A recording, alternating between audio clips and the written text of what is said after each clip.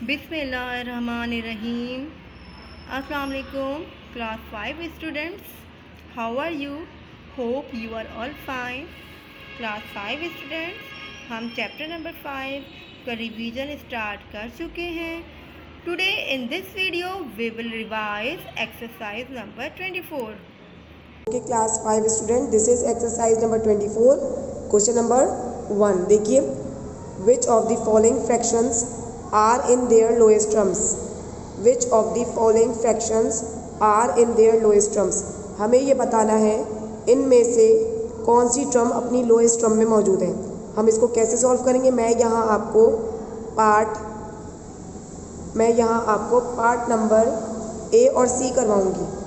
ए और सी करवाऊंगी, आपको बी और डी घर में करना है। सो पार्ट ए और सी के लिए आप वीडियो देखें। So question number 1 is which of the following fractions are in their lowest terms. तो सबसे पहले हमारे पास है 14/21। आप सबसे पहले क्या लिखेंगे? फैक्टर्स ऑफ 14 किस किस टेबल्स में आता है? सो फैक्टर्स क्या होंगे? फैक्टर्स मीन्स कि 14 किस किस टेबल में आता है। जैसे कि सबसे पहला फैक्टर 1 होगा 14 का। किसी भी नंबर का पहला फैक्टर क्या होता है? 1। Is that clear class 5 student? अब 2 7 ज़ा 14 होता है। 2 7 ज़ा 14। तो 14 क्या है? मल्टीपल है, और 7 और 2 क्या है? फैक्टर है। क्या है? फैक्टर है। तो इसका 2 भी फैक्टर हो गया और 7 भी फैक्टर हो गया। 1 2 7 14। 1 14 ज़ा 14, 14 1 ज़ा 14, 2 7 ज़ा 14, 7 2 ज़ा 14। तो ये आ गए फैक्टर्स ऑफ 14। अब हम आते हैं फैक्टर्स ऑफ 21। सबसे पहले 1, 2 के टेबल में 21 नहीं आता, 3 के टेबल में आता है। 3 7 ज़ा 21, 21 मल्टीपल हो गया, 7 और 3 इसका फैक्टर हो गया। सो 3 7 एंड 21, 3 7 एंड 21। सो अगर हम यहाँ पे इसके कॉमन फैक्टर निकालें तो कॉमन फैक्टर इज़ 1 एंड 7। अगर आप देखें 7 is the common factor and 1 is the common factor. So common factor are, so there are 2 common factor 1 और 7। जब किसी भी दो नंबर के कॉमन फैक्टर 2 होंगे, यानी 1 से कोई दूसरा नंबर होगा, तो वो लोएस्ट टर्म में नहीं होगा, तो हम क्या लिखेंगे? 14/21 is not in its lowest term. ये लोएस्ट टर्म में मौजूद नहीं है क्योंकि इसके 2 फैक्टर आ रहे हैं, कॉमन फैक्टर 2 आ रहे हैं। अगर इसका कॉमन फैक्टर सिर्फ 1 आता तो ये लोएस्ट टर्म में होता, लेकिन यहाँ इसके 2 फैक्टर आ रहे हैं, इसलिए ये लोएस्ट टर्म में नहीं है। पहले हमने फैक्टर्स लिखा, फिर हमने फैक्टर्स ऑफ 21 लिखा, फैक्टर्स ऑफ 14, फैक्टर्स ऑफ 21। उसके बाद हमने कॉमन फैक्टर्स निकाले। कॉमन फैक्टर से हमें पता चला कि 2 फैक्टर्स आए। सो जिसके 1 के अलावा कोई फैक्टर आएगा तो वो लोएस्ट टर्म में नहीं होगा। अब हम आते हैं इसी के पार्ट सी पर। तो सबसे पहले सॉल्व लिखते हैं। सॉल्व में लिखेंगे फैक्टर्स ऑफ 18। क्या लिखेंगे? Factors of 18। सबसे पहले 1, किसी भी नंबर का फैक्टर होता है 1। 2 के टेबल में आता है 2 9 ज़ा 18। सो 2 भी होगा और 9 भी होगा। Both are the factors and 18 is the multiple. 3 के टेबल में भी आता है 3 6 ज़ा 18। सो 3 और 6 ये भी फैक्टर होगा इसके, और लास्ट 18। Is that clear? अब हम आते हैं फैक्टर्स ऑफ 25। Factors of 25।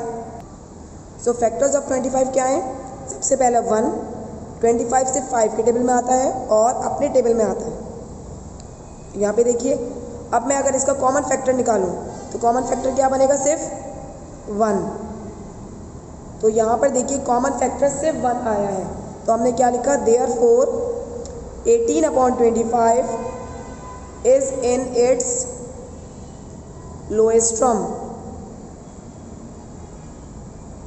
यानी कि अगर कॉमन फैक्टर सिर्फ 1 आता है तो ये लोएस्ट टर्म में मौजूद है।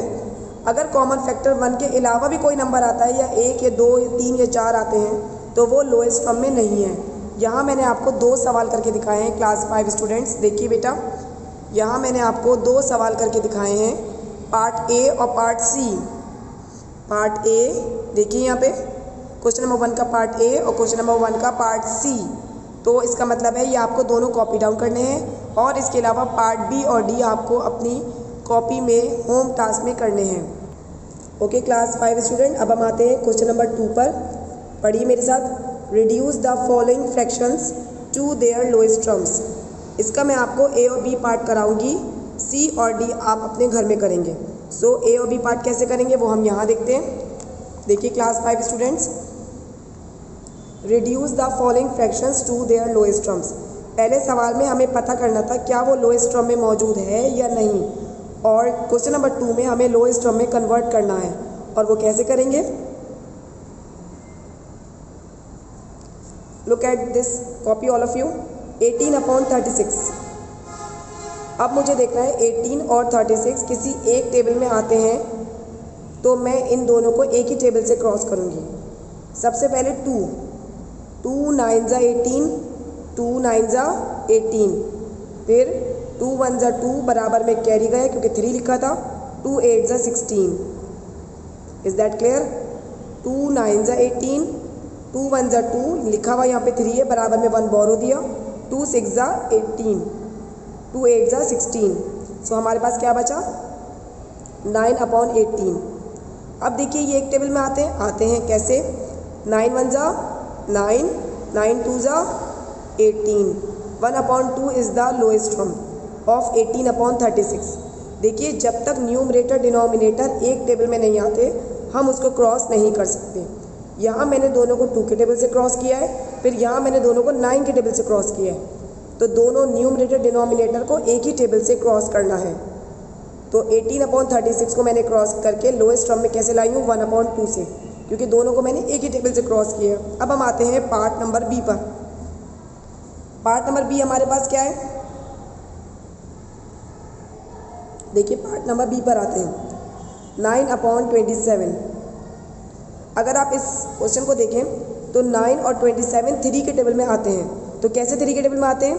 3 3 ज़ा 9, 3 9 ज़ा 27, दोनों 3 के टेबल में आते हैं। 3 3 ज़ा 9, 3 9 ज़ा 27, एंड देन अभी भी ये 3 के टेबल में आते हैं।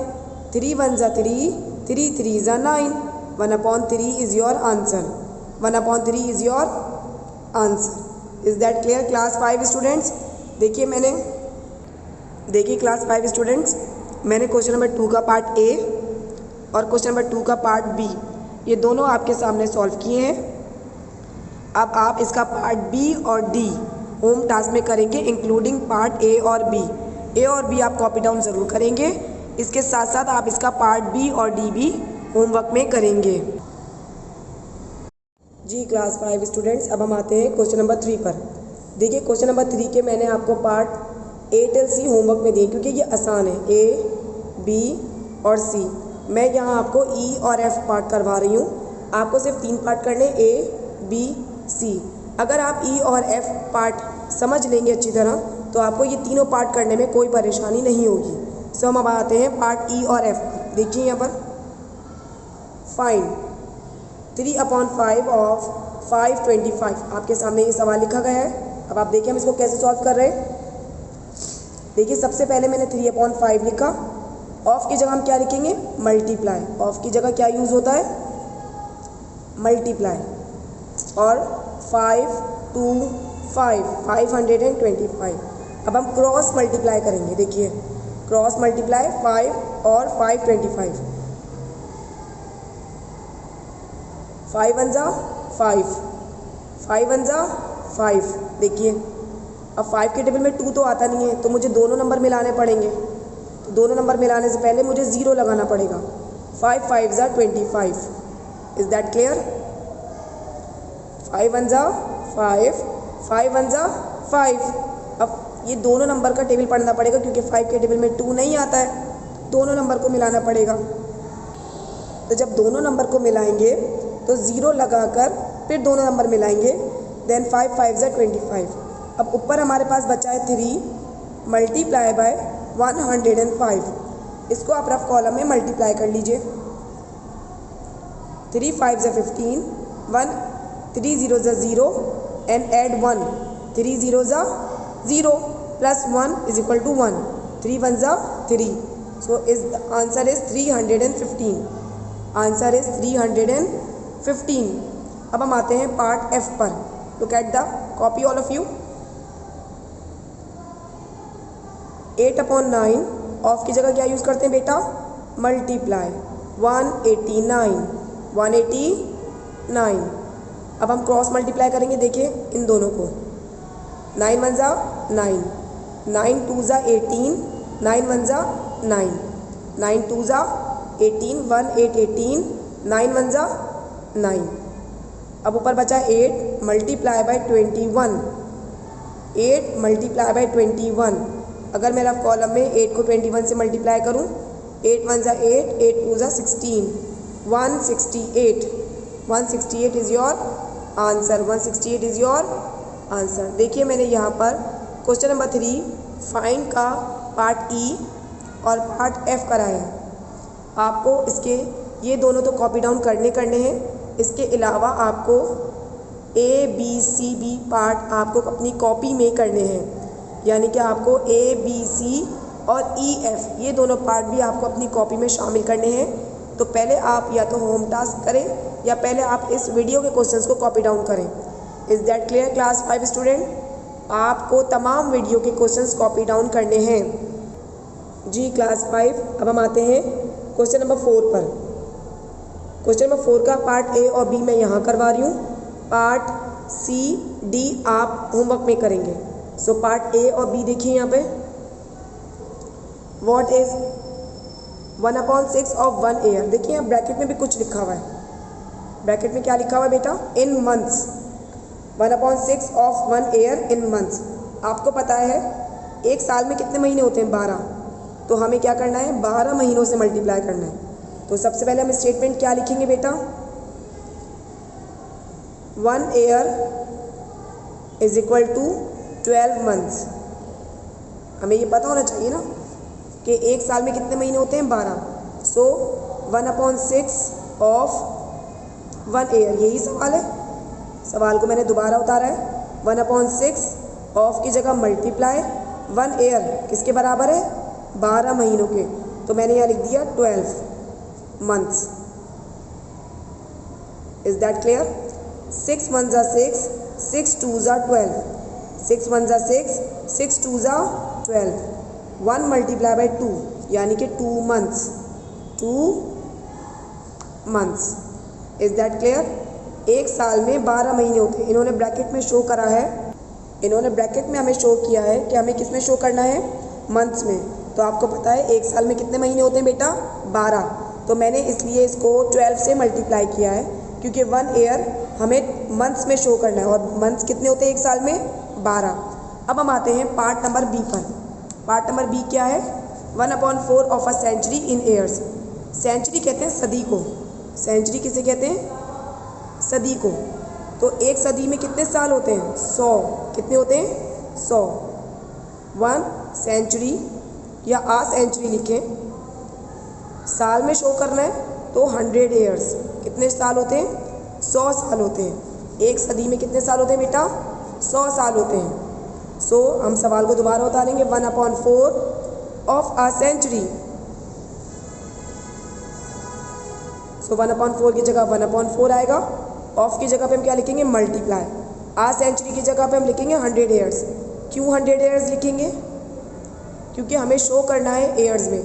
1/4 सेंचुरी को ईयर्स में शो करना है तो कितने साल बनेंगे? सो हम क्रॉस मल्टीप्लाई करते हैं। 4 1 ज़ा 4, 4 2 ज़ा 8। यहाँ हमने 8 पढ़ा है। क्या पढ़ा है? 8। 4 2 ज़ा 8। 10 में से 8 गए, कितने बचे? 2। 2 हमने बराबर में दे दिया। 4 5 ज़ा 20।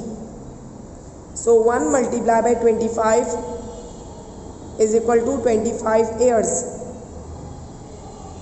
देखिए यहाँ पे अगर आपको ये सवाल समझ में नहीं आया है तो मैं आपको दोबारा यहाँ क्रॉस मल्टीप्लाई करके दिखाती हूँ कि मैंने इसको क्रॉस मल्टीप्लाई कैसे किया। देखिए 1/4 मल्टीप्लाई बाय 100।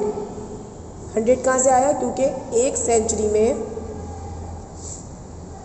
एक सेंचुरी में कितने ईयर्स होते हैं? 100 ईयर्स होते हैं, तो 100 वहाँ से आया।